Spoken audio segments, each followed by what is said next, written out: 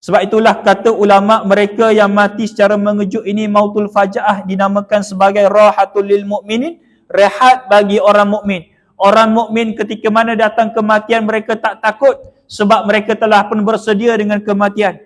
Lain bagi mereka yang fasik, mereka yang kafir, mereka yang munafik, hasratun alal kafirin, satu kesengsaraan, menyesal yang mereka bila mana kematian mengejut itu datang kepada mereka. Sebab itulah satu hari Hasan Al-Basri melalui satu kawasan. Ketika mana Hasan Al-Basri melalui satu kawasan, dia melihat ada 2-3 kumpulan sedang menangis teresak-esak. Maka Hasan Al-Basri pergi menegur, kenapa kamu menangis? Apa menyebabkan kamu menangis? Maka kata mereka yang 2-3 kumpulan tadi dalam keadaan menangis teresak-esak, dia bagi tahu, wahai Syekh, wahai Imam Hasan Al-Basri, kami menangis disebabkan ahli keluarga kami telah pun meninggal dunia. Baru saja wahai Syekh. Maka Hasan Al-Basri itu kata, subhanallah, tidak sepatutnya kamu menangis disebabkan kematian ahli keluarga kamu, tapi kamu sepatutnya menangis perihal diri kamu. Kenapa wahai Syekh? Kenapa kami patut menangis untuk diri kami? Kata Syekh Hasan Al-Basri ataupun Imam Hasan Al-Basri, kerana ketika mana mereka telah pun meninggal dunia, mereka telah pun melalui 3 perkara, yang mana 3 perkara ini kita tak pernah lalui lagi. Mereka telah pun mati, lalu mereka telah pun melalui 3 perkara, yang mana 3 perkara ini sangat dahsyat, kata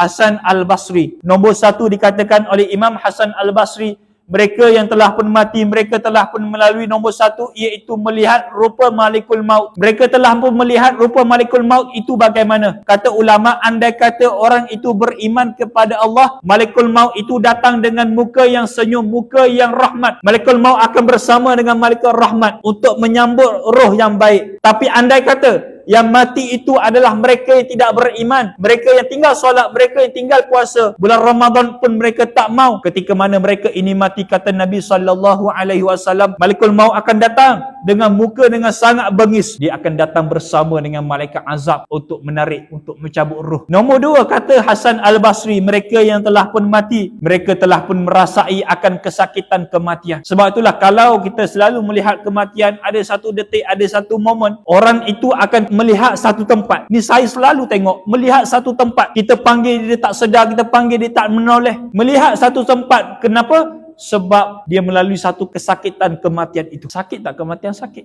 Tak kisahlah kamu ini sakit kematian, dibakar ke, sakit kematian mengejut ataupun tak mengejut, semua akan melalui kesakitan kematian. Dan yang ketiga, yang terakhir sekali pada malam ini, kata Hasan Al-Basri, mereka yang telah pun meninggal, mereka telah pun tahu kedudukan mereka, adakah mereka ni ahli syurga ataupun mereka ahli neraka. Ketika mana dalam fasal kematian itu, Allah telah pun menunjukkan kepada mereka satu alam lagi, iaitu alam barzakh. Ketika itulah Allah memperlihatkan kepada manusia yang dalam keadaan kematian, bagaimana suasana satu alam lain lagi. Sebab itulah mereka melihat satu tempat, disebabkan melihat Malikul Maut, disebabkan mereka merasai kesakitan kematian, dan satu lagi mereka telah pun diperlihatkan oleh Allah bagaimana satu alam, yang mana alam itu akan ngeri bagi mereka yang banyak dosa kepada Allah Subhanahu wa ta'ala.